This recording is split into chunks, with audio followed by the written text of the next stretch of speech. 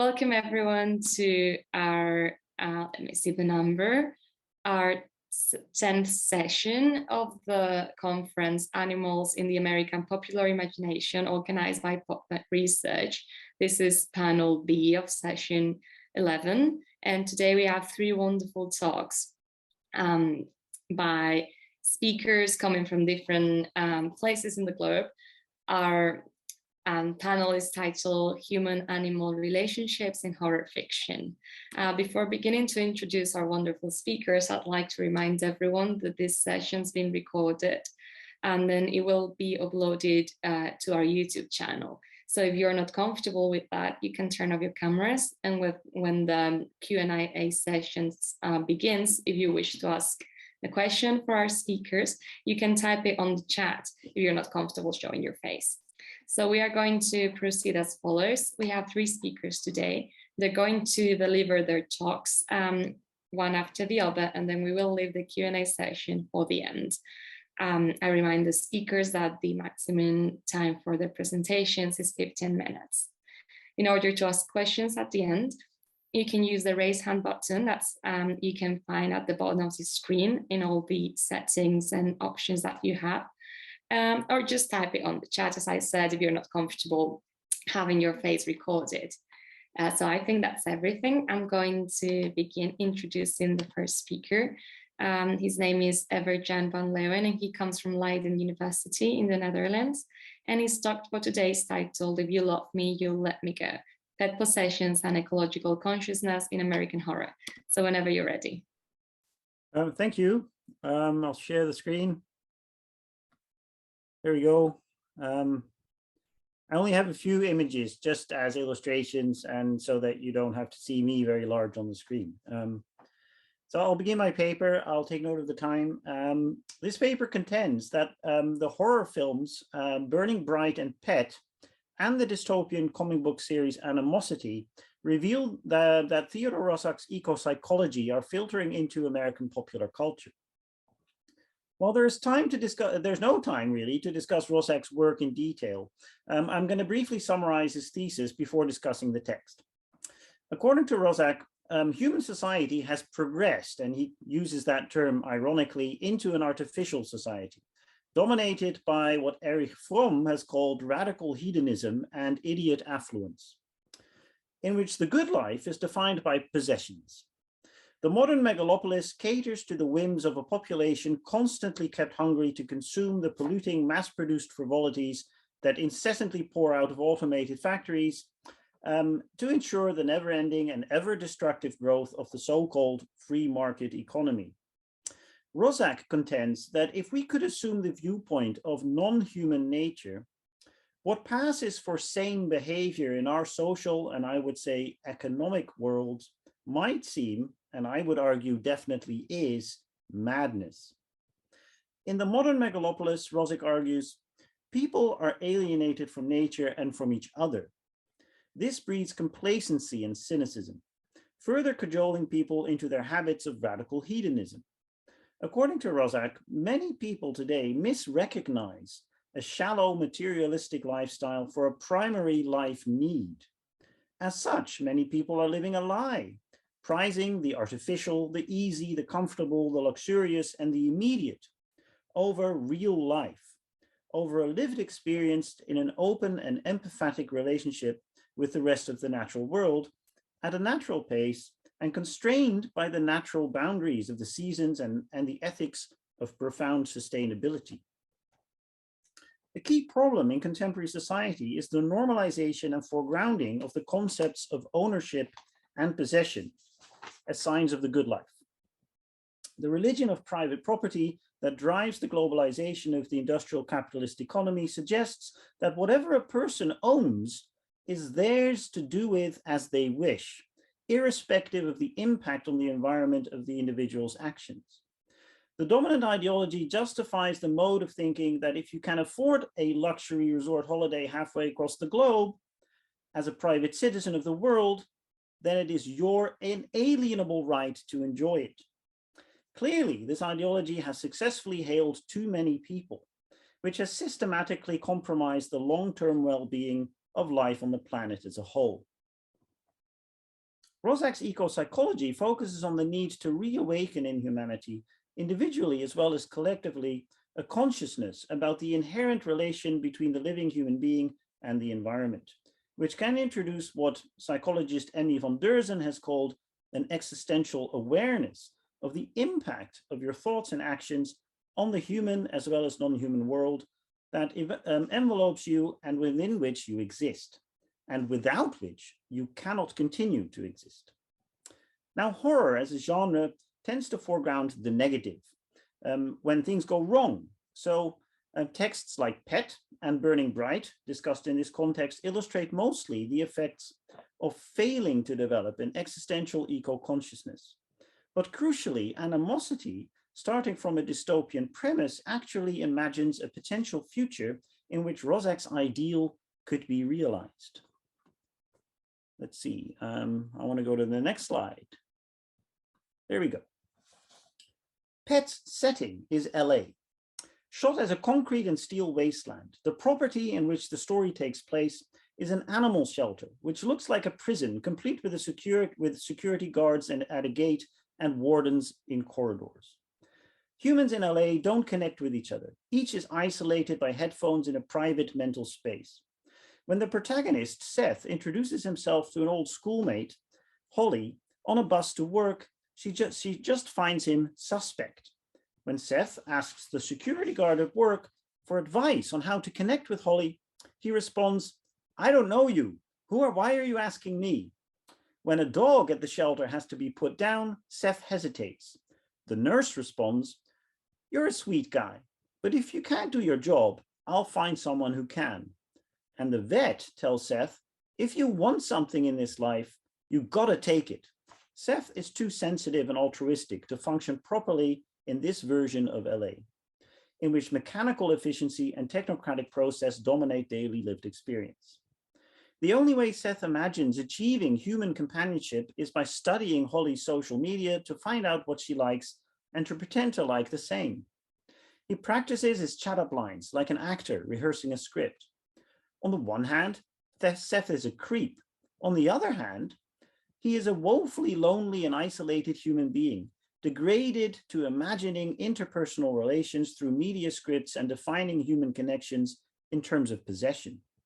A parallel scene shows Holly, equally lonely, drinking with her imaginary flatmate, who is ultimately the ghost of her best friend, Claire, whom Holly has murdered in a possessive rage over a boyfriend.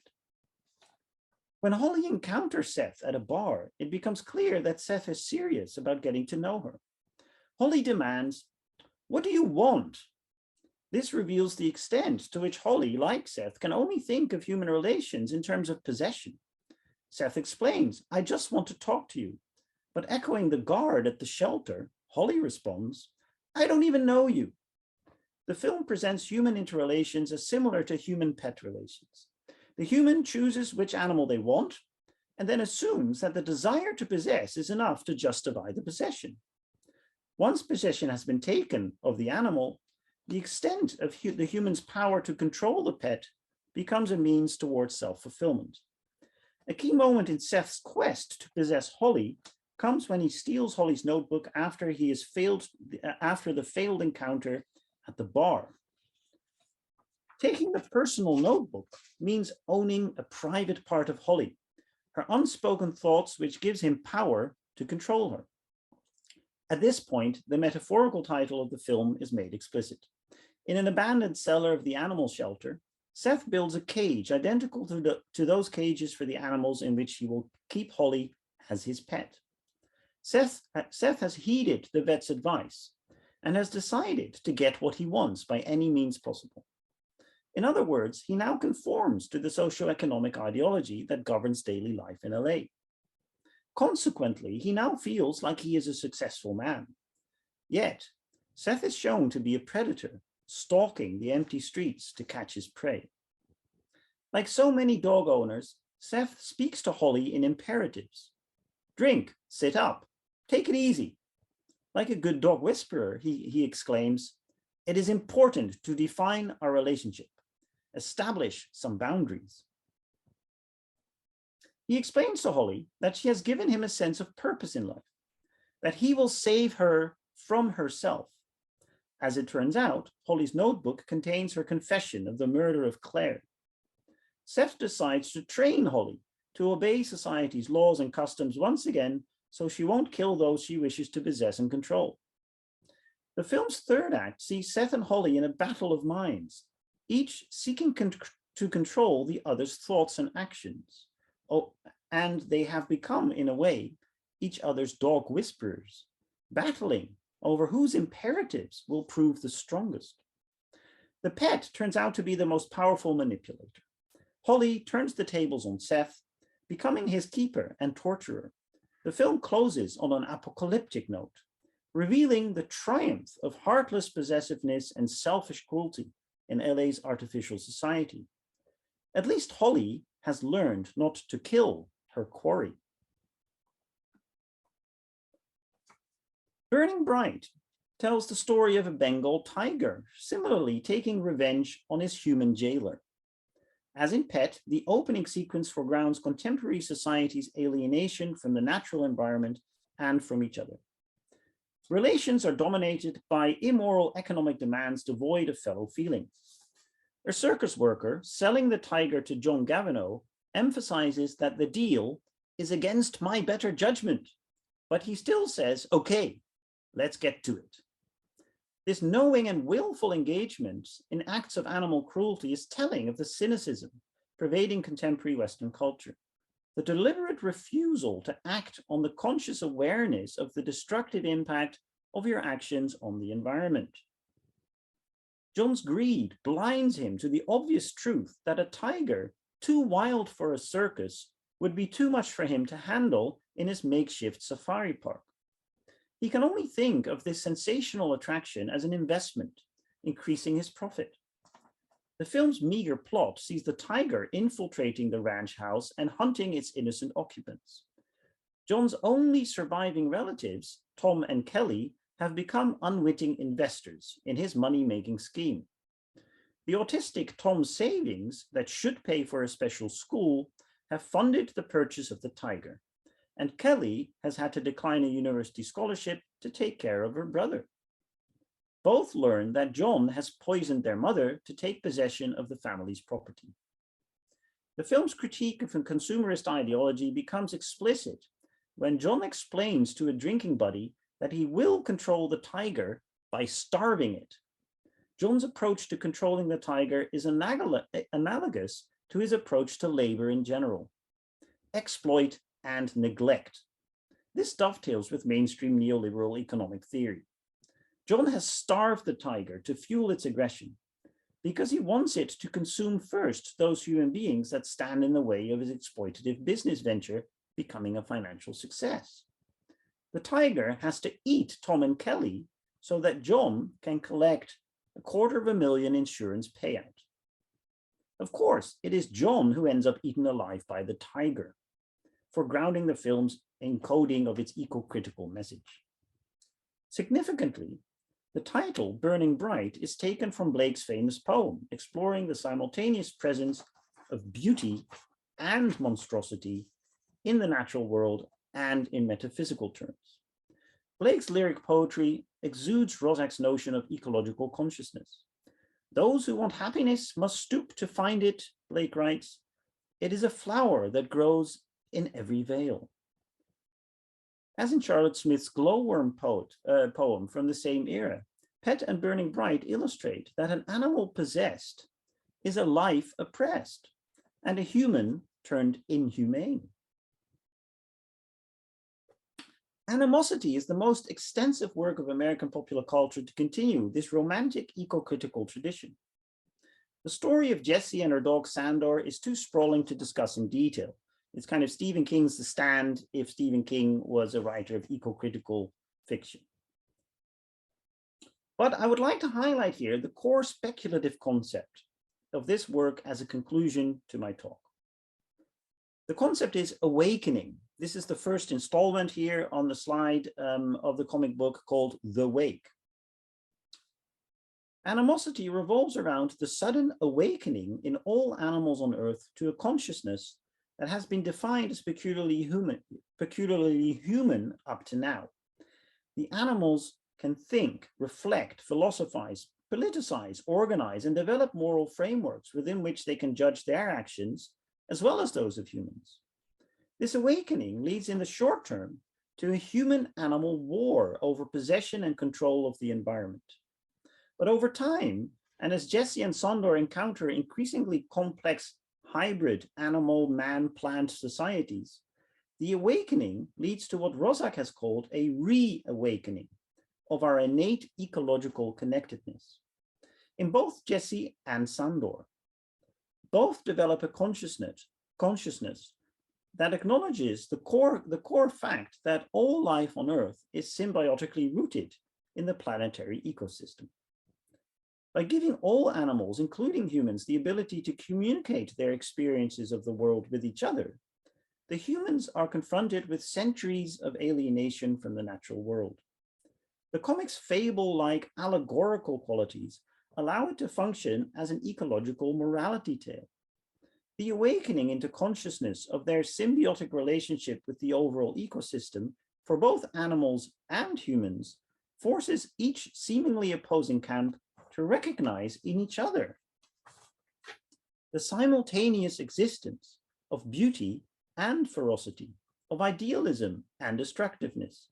It foregrounds the importance of developing an ethical framework disconnected from material profit motives and radical hedonism, and founded in fundamental principles of empathy and cooperation. As such, Jesse and Sandor's continually challenged but ultimately enduring relationship stands as the central allegorical representation of Rozak's romantic ideal of perfect ecological consciousness. That's it. Thank you.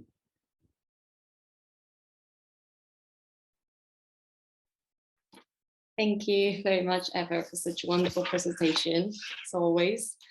Our next talk is titled The Anxiety of Brom Bones, Animality and Whiteness in Washington Irving's The Legend of Sleepy Hollow by Theo Campbell, who comes from Villanova University. So the floor is yours. Thank you. Just let me share my screen.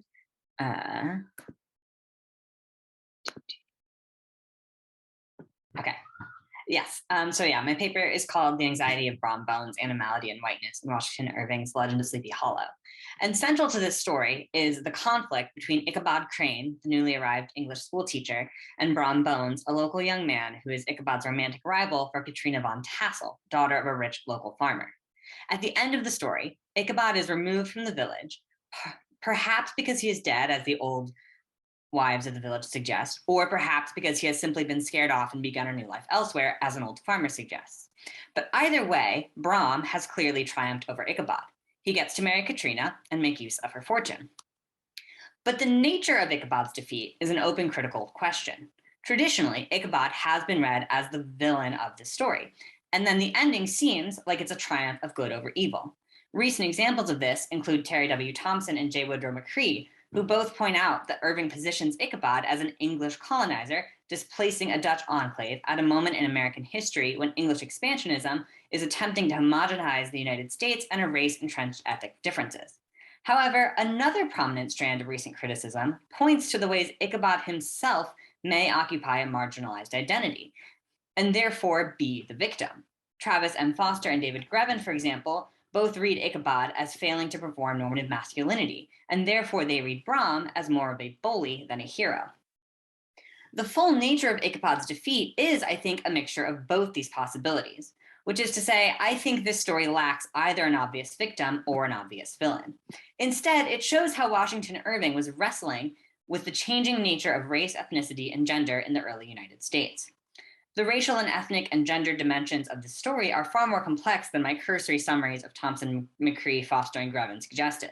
For example, Foster's argument centers the African-American characters, who are fairly peripheral to the story and almost entirely ignored in the scholarship, but who nevertheless, as Foster points out, trouble any simple binary between the Dutch as oppressed and the English as oppressors, given that Ichabod and the villagers are positioned as superior to these African-American characters, both within the story and within the racial dynamics of the early United States. At the same time, however, Foster characterizes Brom Bones and the other young men of Sleepy Hollow as Anglo-Americans to position them with Ichabod. But this glosses over these ethnic differences between the Dutch and the English, which Thompson and McCree rightly point out are prominent both in the story and in the historical record. How then do we reconcile these competing racial ethnic conflicts?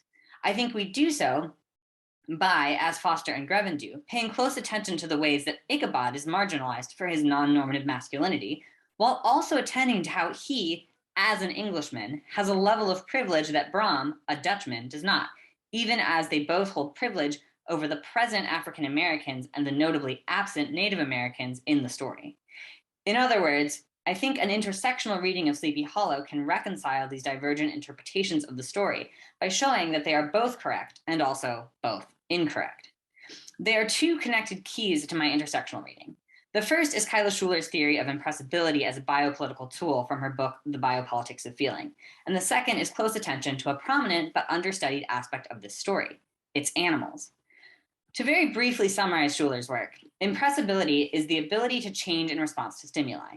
Humans and other animals are impressible to the extent that they take in sensory information and change their beliefs and behavior accordingly.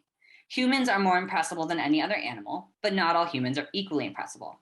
According to 19th century race science, white men have precisely the correct amount of impressibility to maintain civilization. This sense of their ideal impressibility, and therefore of the greater distance between them and non-human animals, is used to justify maltreatment of groups of people considered non-white, and therefore not impressible enough to create civilization. However, too much impressibility can also inhibit the intellect. So white women are needed to take on the excess impressibility and free up white men to build the world they aspire to. The science that Schuler cites in building this argument comes after Sleepy Hollow. But I would argue that the framework of impressibility is in the process of being built in Irving's America. And it is because this framework is still unstable and uncertain that race and gender are so hard to pin down when interpreting this story. Thinking about the animals and through them the natural science that was prominent in Irving's time, like that of the Count de Buffon, helps us to see why there is so much uncertainty in Sleepy Hollow. Ichabod, as an Englishman, is clearly part of the dominant racial ethnic group in the early United States. Brom, however, as a Dutchman is not, hence readings like McCree and Thompson's that position Brom as a racialized victim.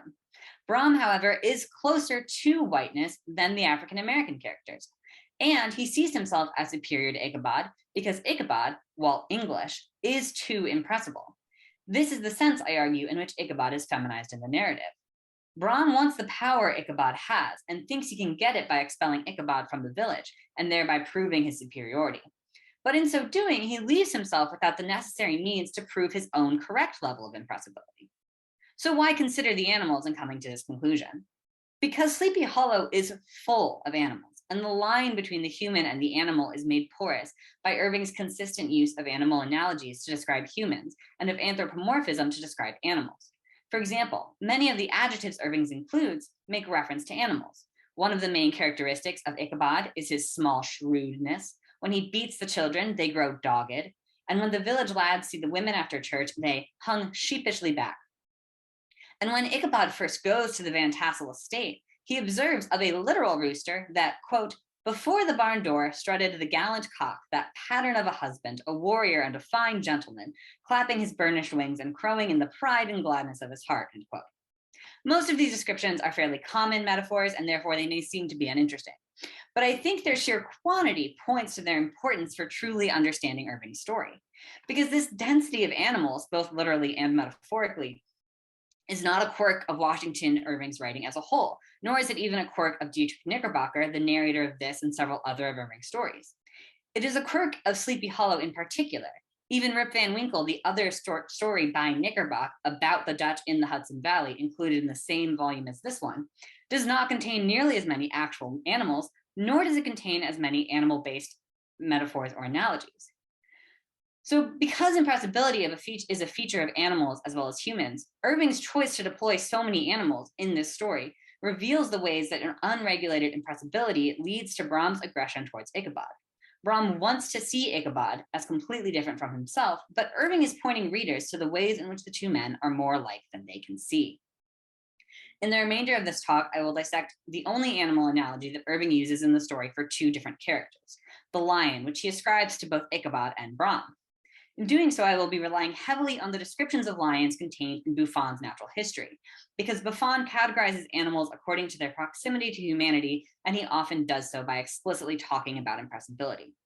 I must admit that I do not have concrete proof that Irving read this text in particular, but I do not think such proof is essential for my argument to make sense. This text was popular in his social circles, and it is not the only naturalist text of the period with this kind of view on lions. My reading is less about the impact of this particular text than it is about the perhaps subconscious influence of a way of thinking. In a longer version of this paper, I provide a fuller justification of what may seem like a bit of an odd choice. So in a passage describing Brom's role among the other young men in the village, Irving points out that the other young men did not pursue Katrina because they, quote, felt no inclination to cross a lion in his amours, end quote. This metaphor is an almost entirely positive description of Brom. Buffon heaps praise upon lions, viewing them as the most impressible animal, and therefore as the animal most similar to humans. They are, quote, the strongest, the fiercest, the most formidable. The external appearance of the lion detracts not from the noble and generous qualities of his mind, and despite their carnivorous natures, the lion cannot justly be branded with cruelty, since he acts from necessity and kills no more than he consumes, end quote.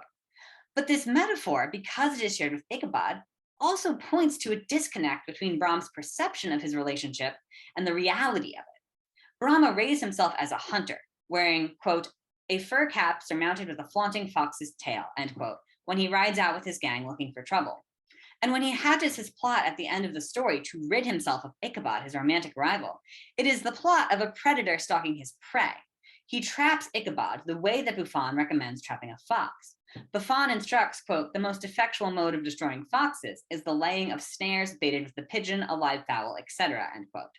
And Brom lures Ichabod to a party at which Katrina, whom Irving twice in the story compares to a live fowl, will be present. And then he attacks him when he is left alone and vulnerable in the woods after a late night conversation with the bait. So Brom is dealing with Ichabod not as a romantic rival, as an equal, but as a smaller, weaker animal he can trap, like a fox. Irving, however, makes it clear that Ichabod is not a fox. Ichabod, like Brom, is a lion. This double use of the lion is the story's clearest signal that the two supposed opposites are not what they appear. Brom, from inside the narrative, wishes to view Ichabod as a fox that he, as a bear, the other animal that Irving uses as a metaphor for Brom, can hunt. But the narrative knows that Brom is more than just a bear, a wild predator that could and would destroy something like a fox. He is also, like Ichabod, a lion, a gentler, more teachable animal, known to befriend animals that could have been its prey.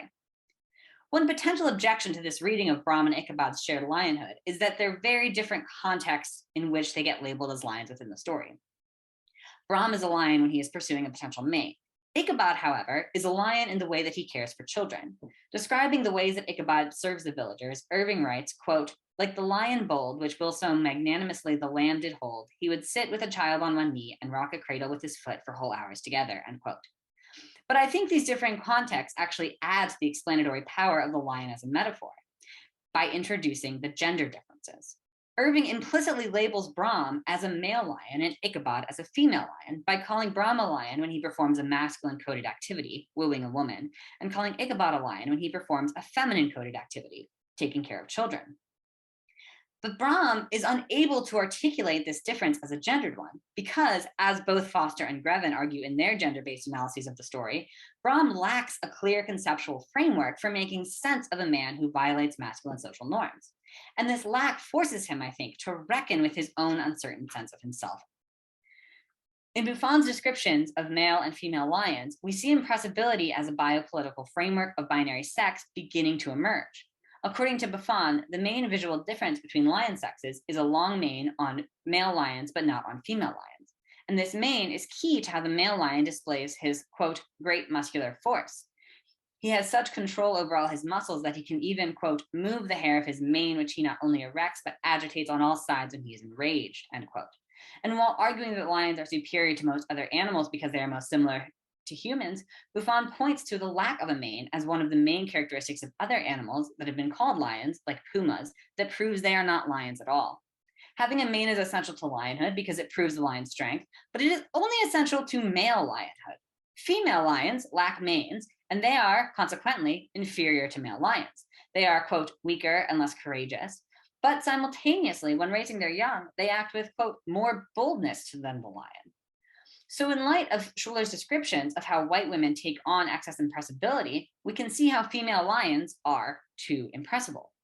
And beyond just the context of the analogies themselves, one can see in the text ways that Brom might be more like a male lion and Ichabod might be more like a female lion. Brom's muscularity and physical prowess are repeatedly contrasted with Ichabod's thinness and commitment to intellectual pursuits. Moreover, Irving explicitly characterizes Ichabod as someone with too much anxiety, as Buffon characterizes female lions. And Brom takes advantage of Ichabod's female lion-like characteristics when he attacks him at the end of the story.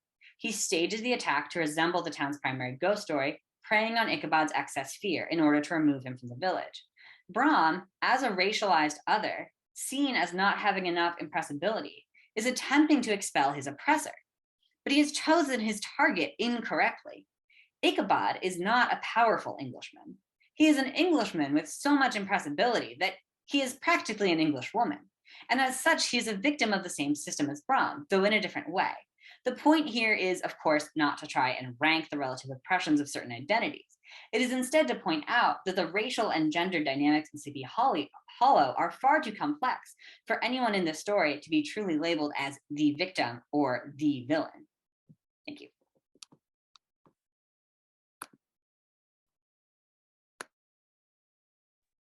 Thank you very much, Theo, for this presentation.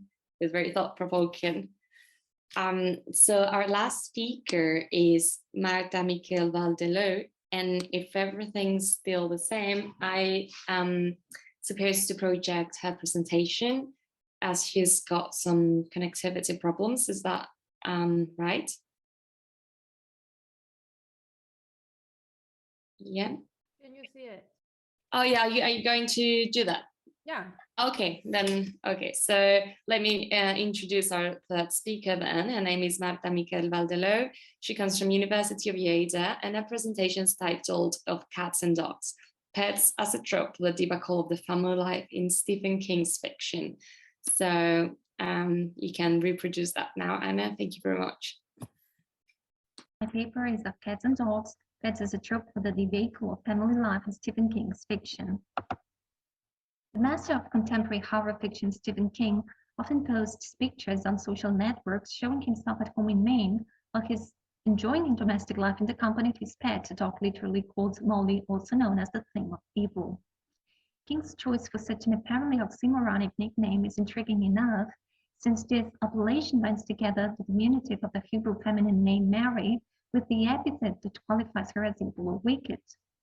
At a symbolic level, King's pet's name unravels the author's considerations about the inherently ambivalent nature of domesticated animals, which also comes hand in hand with the intrinsically disturbing ambiguous nature of the home. As this photograph displays, owners establish an intimate bond with their pets to the extent that they often consider these creatures another member in the family, or at a more psychoanalytical level, a projection of their own self, or even of their own imagination, given King's literary background as a writer. As the caption of this photograph implies, King suggests that Molly may possess some hidden talents that might not easily be appreciated at first sight.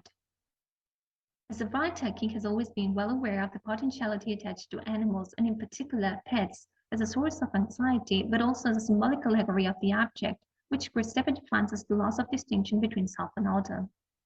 In his early critical essay, The Horror Market Writer and the 10 Bears, King compiled a series of the most common fears identified in individuals, among which King comprises the dread of some animals such as snakes, rats, and insects, in particular spiders, flies, and beetles. In his other short fiction, compiled in different anthologies, King already gave evidence of the ways in which all sorts of animals are capable of activating the 3 levels of unease, which King identifies in his essay Danse Macabre as terror, which appeals to the imagination, horror, which addresses the physical senses, and revulsion, which is aimed at indulging in disgust. In his short story Graveyard Shift, a young drifter is recruited to clean the basement of an old mill which has been infested with a plague of violent rats that have mutated into other horrible creatures. In Cat from Hell, an aged man, Drogon, is haunted by a malignant cat, which he identifies as an evil agent that has come to take revenge, since in his youth Drogon owned a pharmaceutical company in which cats were sacrificed for animal experimentation. In The Monkey, two brothers find a present from their father in the attic of their uncle's house, a simple banging monkey toy, which bangs its cymbals prior to the death of someone to whom the brothers feel closely attached. In his novels, King's characters also develop a symbiotic relationship with animals, which is aimed to unveil their humanity, as is the case with Mouse, Mr. Jingles, and the Green Mile, or their lack of it, as happens with Chopper, the custodian's dog in King's novella The Body. In King's fiction, animals may also play the role of mediators, who accompany teenagers on their coming of age, as leeches oblige boys to explore their sexuality in the body, or they become intermediaries that introduce their owners to the other side. This is the case with the cat Asriel in Doctor Sleep, who lies down next to the patient who is going to die. Nonetheless, King displays the full potentiality of horror associated with animals when these are pets, and characters develop an emotional bond that binds them to these domesticated animals. This is the case of King's novels Cujo, published in 1881, and Pet Sematary, published in 1883, which respectively revolve around a dog and a cat, as family pets whose initially caring and meek temperament gradually gives way to a wicked and malevolent character. Following Svet and Todd terminology in the fantastic genre, as ranging from the marvelous to the uncanny, King's novel Cujo exemplifies the uncanny as the dog's degrading process responds to a rational explanation insofar as Cujo contracts rabies.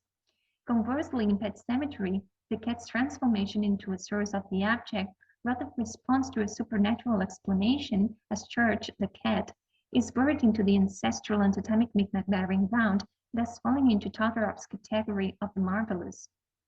In addition to being portrayed as a source of fear and anxiety, in both novels, the family pets turn into a literary trope in order to explore the debacle of family life, since the corrupting metamorphosis that these animals undergo, literally from pets to pests, comes hand in hand with the progression whereby families fall apart, as husbands and wives become estranged from each other, children face trauma as they come of age, and family members must come to terms with death. What follows is an analysis of King's novels Cujo and Pet Sematary, which is aimed to explore the interaction between pets and family members, and how it brings to the fore the haunting threats meant to disrupt life in domesticity. As is often the case with some of King's novels, the idea that gave rise to King's Cujo was based on some factual incidents. As biographer Liza Rogic admits, King once brought in his motorcycle for service to a garage located on a remote road, and when he calls out to attract the mechanic's attention, a gigantic Saint Bernard dog galloped out of the garage, heading straight toward him and rolling all the way. The plot of Cujo revolves around two local families in the fictional town of Castle Rock, the Trentons and the Campbells. Following the failure of his advertising agency, Big Trenton moves from New York to this remote rural area in Maine, bringing with him his wife Donna and their young son Ted. Some months after settling down in this village, Vic receives some anonymous letters and discovers that his wife, Donna, has had an affair with the business owner named Steve Kemp. In contrast with the Trentons, the Campbells are local residents in Castletown. Joe Campbell works as a mechanic, he's married to Charity, and both live with their 10-year-old son Brett and their dog Cujo. Having suffered the abuses of her husband for all her life and deeply worried about the negative effects that Joe's coarse behavior may have on their young son, Charity considers the possibility of leaving her husband and moving instead with her son to Connecticut to live with her sister Holly. The Campbells have owned Cujo since he was a pup, and even though Joe asserts that it is his son's dog, since he gave him to Brett for his birthday, Joe declares that Cujo, and I'm quoting, simply took his place in the Campbell family as one of your bona fide good dogs, thus revealing the family's close attachment to their pets. However, Cujo's good nature and laid-back ways come to a house when, upon exploring a remote cave full of bats, one of them bites him and he contracts rabies. In spite of being only a dog, Cujo becomes immediately aware of the change he's beginning to undergo. As is explained in the novel, Dogs have a sense of self-consciousness that is far out of proportion to their intelligence, and Cujo was disgusted with himself. He didn't want to go home. If he went home, one of his trinity, the man, the woman, or the boy, would see that he had done something to himself. It was possible that one of them called him bad dog, and at this particular moment he certainly considered himself to be a bad dog. As Cujo gradually transforms from a caring pet into a harmful threat to those around him in the family household, a series of events bring to the fore the fragile quality of family life, and particularly its effects on the youngest and most vulnerable family members. As Tony magistrally argues, Cujo's alteration from family pet to vicious fiend parallels the disintegration of the two families located at the center of the book. In relation with the Trentons, Vic confesses that for the last 8 months or so, he had sensed that he and his wife were drifting slowly apart. He still loved her, and he damn near idolized that, but things had gone from a little uneasy to bad, and he sensed that there were worse things and worse times waiting. Having enjoyed professional success up to then, when his advertising agency almost goes bankrupt, Vic feels increasingly dejected and even depressed to the point that he questions his own validity in his family role as a husband and also as a father. His wife Donna begins to feel old and, quoting from the novel, left with a growing up child and too much time on her hands. She gradually gains insight into what she perceives as a stifling domestic life, which eventually leads her to have an extramarital relationship. As things take a turn for the worse, that is, when Cujo contracts rabies and the Trenton household begins to fall apart, Dad also starts waking up in the middle of the night and feels terrified by a ferocious beast that is hiding in the closet of his bedroom. Such terror of the animal hiding in his closet anticipates Cujo's transformation from a gentle pet to a brutish monster, which also reflects the escalation of domestic trouble in the Trenton household, and in particular in the relationship between husband and wife, which may be identified as the real monster that fuels and gives rise to the imaginary beastly creature that hides in Dad's closet, and can also be interpreted as the child's way of coping with trauma. In comparison with the Trentons, the Campbell family are not exempt from domestic trouble either. Charity has been a lifetime victim of domestic violence and is unveiled that, and I'm quoting, Joe had used his hands on her a few times in the course of their marriage. Charity is increasingly wary that Joe may also try his violent ways with their son Brett as he comes of age, since she begins to have a recurrent nightmare in which Joe violently attacks his own son, driving a pitchfork into his chest. As Robin Wood claims, Cujo symbolizes the masculine aggression toward women that pervades the novel.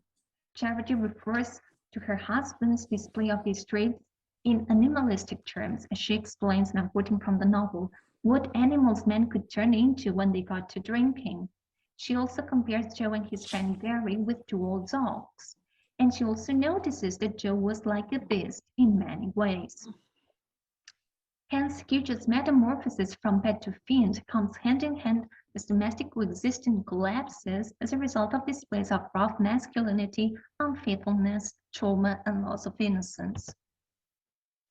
King also drew the original idea that gave rise to his novel Pet Sematary from actual facts. As biographer Liza Rowland explains, King's daughter Naomi had a cat when she was just a child. One afternoon, while Savita, King's wife, and Naomi were out shopping, Smoky, the cat, was hit by a truck on the highway. King buried the cat before they came back and considered telling his daughter that the cat had run away. Nonetheless, Tabitha insisted on telling their daughter the truth, which allowed them to hold the funeral and place flowers on the cat's grave. These frightening experiences form the core of King's novel Pet Sematary, which revolves around the Creed family as Louis Creed, a medical doctor, moves to the small town of Ludlow with his wife Rachel, their children Ellie and Gage, and their pet cat Church. A local neighbor, Judd Crandall, warns them about the highway past their house, a virtual danger for pets, and also takes the family for a walk to visit the pet cemetery where children bury the pets that have been run over on the local highway. When their cat Church is killed, Louis hesitates whether he should tell his daughter, as his loss may prove particularly traumatic for her. Judd takes Louis farther into the pet cemetery to the ancient Mi'kmaq burying ground, where Judd tells Louis to bury their pet. To Louis' surprise, Their pet cat Church comes back home, although he's no longer the lively cat he used to be. Church lacks vitality, he rips apart words and mice for no purpose, and even smells so badly that Ellie no longer wants him in her bedroom. Some months later, the family's youngest son, Gage, is also killed on the high road by a speeding truck. Out of despair, Louis considers the ethical dilemma of burying his son in the Micmac burying ground with the hope that he will also come back to life as their cat Church also did. Nonetheless, as a resurrected toddler, Gage acts differently and develops an evil instinct. King's novel explores the close attachment of children with their pets and how the death of their pets obliged children to come to terms with death and its implications for the first time. As Louis greets fellow neighbor Jude Crandall admits, when a good animal gets run down in the road, a kid never forgets. The family's procession to the pet cemetery in the early passages of the novel, as Ellie and Gage gaze at the graves of other children's pets, is disturbing inasmuch as 5-year-old Ellie considers the transcendence of death for the first time, but she also reveals her close and emotional attachment to her pets. Incapable of accepting the crudity of death, and particularly the pain of losing her cat, Ellie exclaims, "I don't want Church to be like all those dead pets. I don't want Church to ever be dead. He's my cat. He's not God's cat. Let God have his own cat." When Ellie's utmost fears are confirmed and Church dies, Louis feels unable to tell his daughter the truth, and in order to prevent his daughter's grief for the loss of her pet, Louis buries Church in the Micmac burying ground. Church literally turns from the family's pet cat into an alienating creature. As a doctor and also as a father, Louis realizes his mistake as he has trespassed the moral boundaries separating life from death, but he has also ignored his duty of explaining the facts of life to his daughter, which also comprise those of death. As Judd tells Louis, kids need to know that sometimes death is better, and that they have to accept some painful realities in life, which involve the death of a pet. Cujo and Pet Cemetery are the novels in which King most thoroughly explores the close attachment established between pets and family members, and how Cujo's and Church's subsequent transformation from pets to pests reveals the latent intricacies and anxieties that plague family life.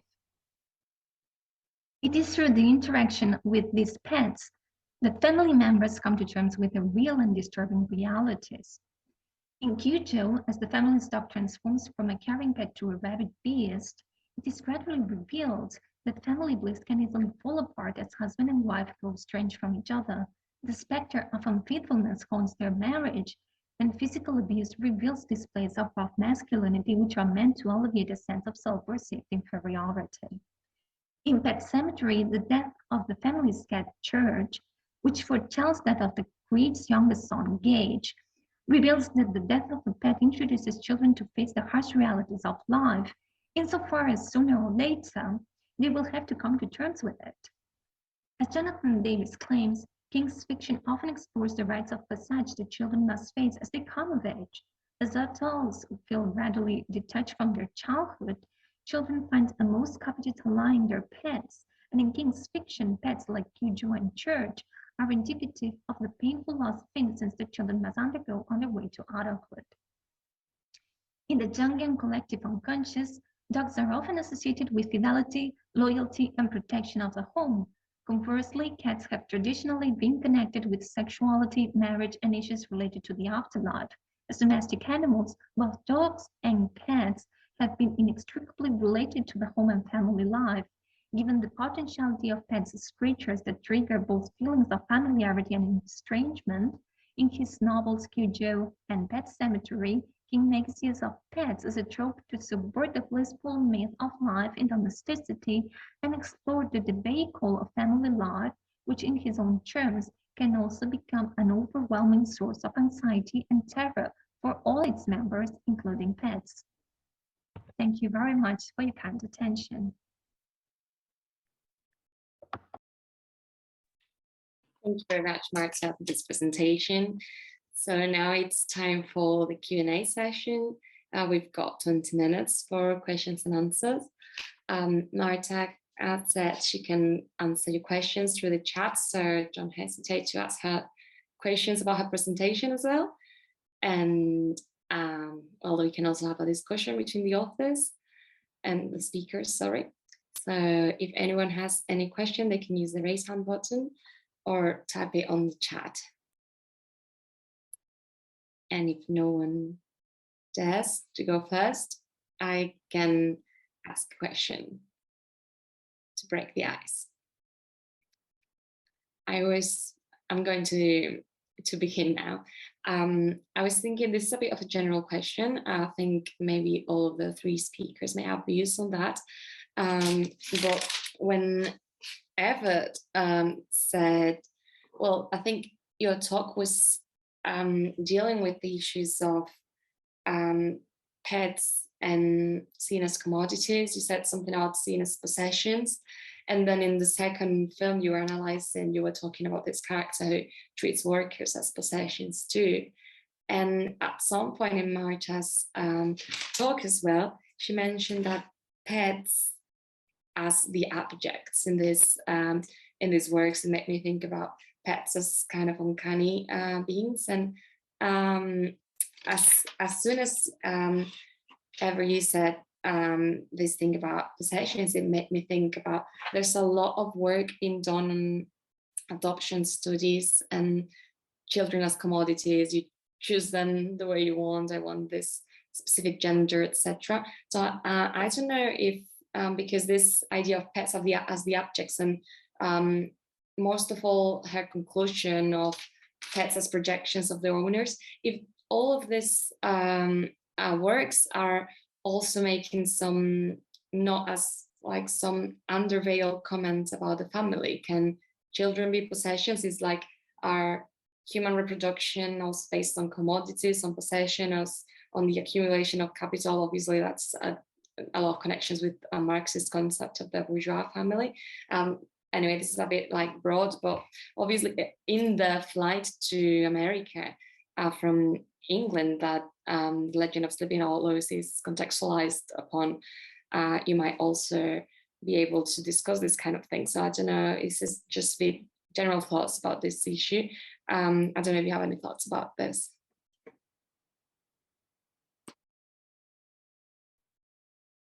Yes, I think you're right. I think, you know, pets in these films, and especially also in Animality, the comic book, where it's not just pets, but people's pets in that particular comic book are you could say an extra challenge, because once the animals have awakened, the animals of course immediately start questioning kind of, what do you mean you own me? What do you mean I'm yours? And so it sometimes creates quite kind of ludicrous situations in the comic book, and it's full of horror, but actually also full of, you know, dark comedy, where of course all the animals suddenly get to challenge their owners and or kill them outright, because you know, animals who have suffered under their owners for years suddenly just, you know, they wake up and they can now act on their anger and strike out and express their disaffection. And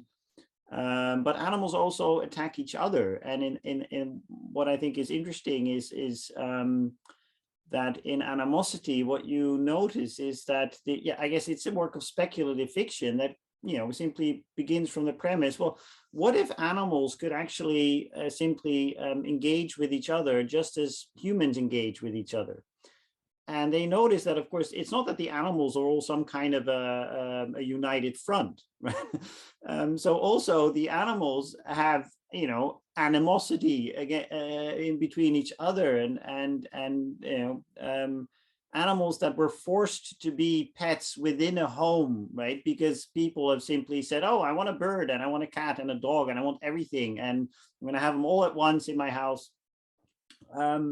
You know, there too, suddenly, of course, once the pets in a way all have similar agency, they also start, you know, fights, and they also act destructively towards each other. And a lot of that, you could say, a lot of the, you know, the kind of dystopian aspects of that particular comic book have to do with the fact that a lot of not only humans and animals, but also animals amongst each other find it very hard simply to cooperate. And they are, they see each other as competitors, as either, kind of prey or, quarry or hunters. And so there is a clever aspect to that comic book that suggests that, although the kind of romantic ideal of, a kind of utopian unity with the natural world is very much worthy of aspiring towards, if you create the conditions under which that was possible, it's actually quite difficult to then get all the different species, because of course in the comic book, humans have just become another species of animal. And so in that sense, there's a level playing field, but even then cooperation seems extremely far away, or a harmonious community.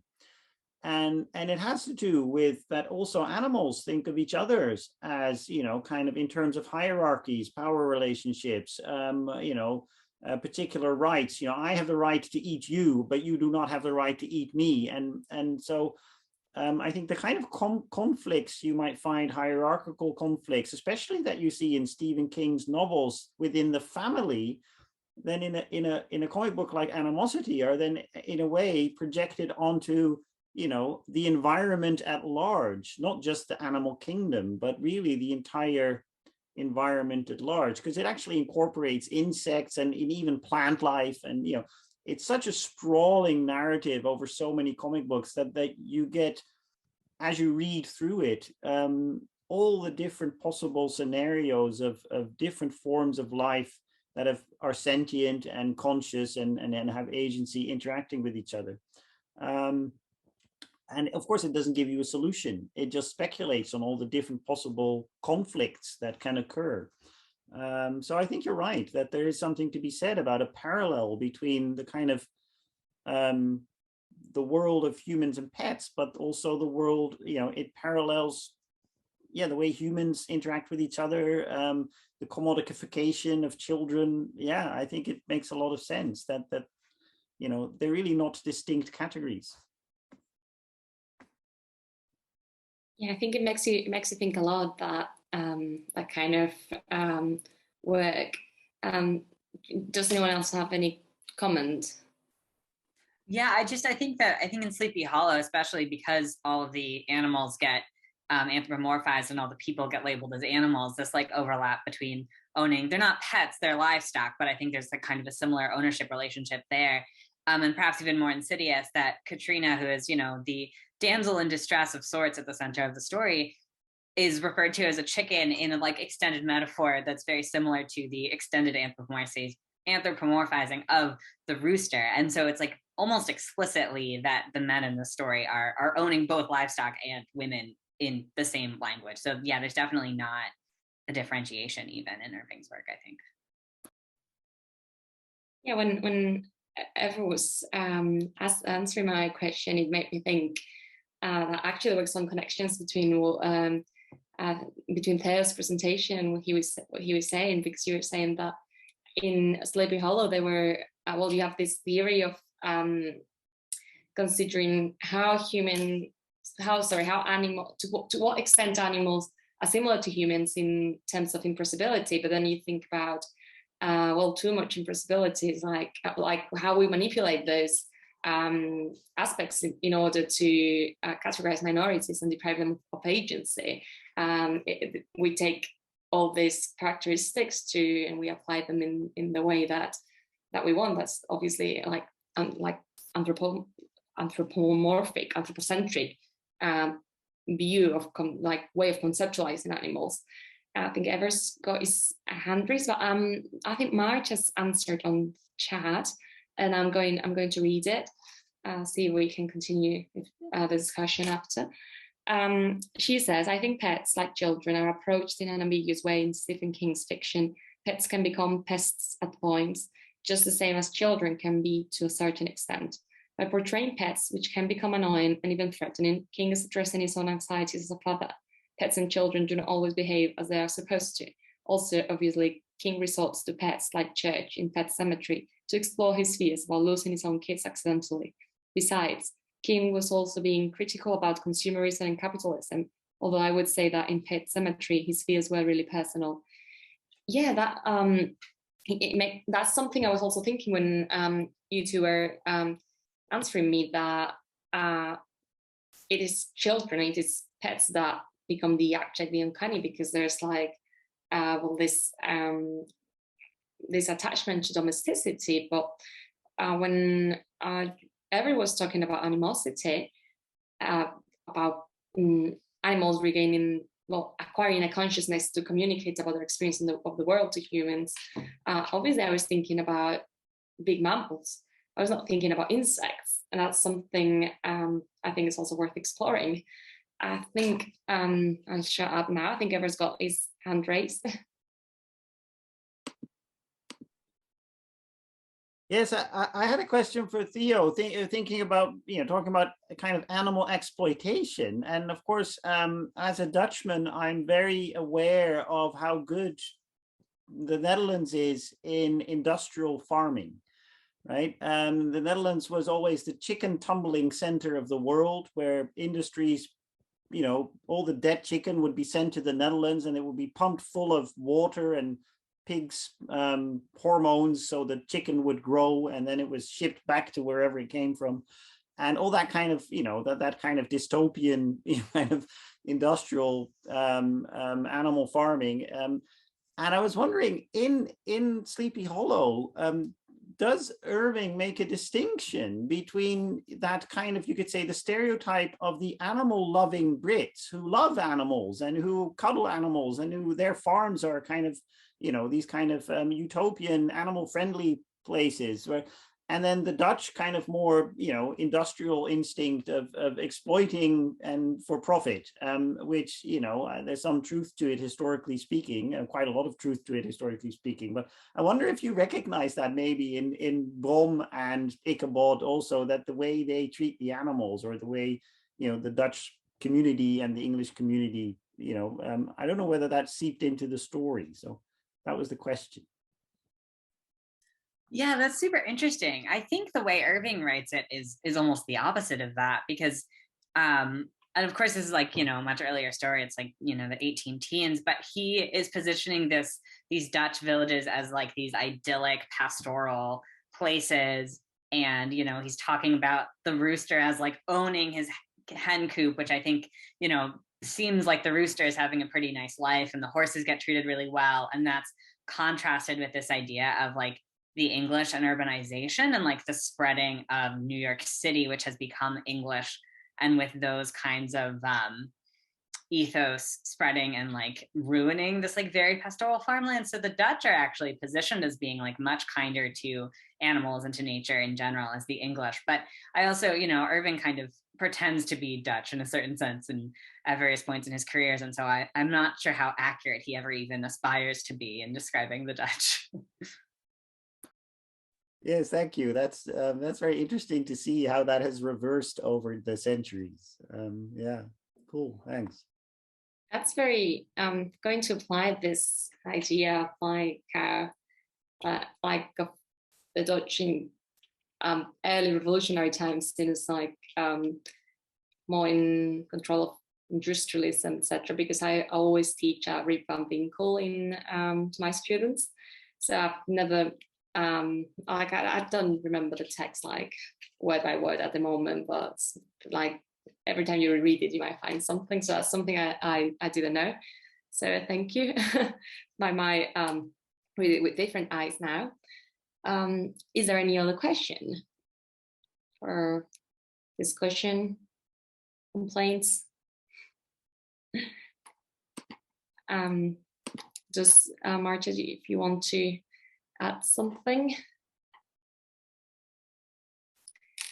If there are no more last minute questions, I would just like to thank the speakers very much on this last day of the conference for 3 really wonderful talks, and all the audience as ever for being here and making this possible. Before finishing with a virtual last round of applause, I would like to remind all of you the next activities, events that are coming after this panel at 7 p.m. in Central European Summer Time. We've got the Roundtable, Science, Popular Culture and Cryptozoology, a discussion with 4 speakers. And then session 11, the last panel, and then the conference will be over. So before saying goodbye, I'll just would like to do a virtual clock tour.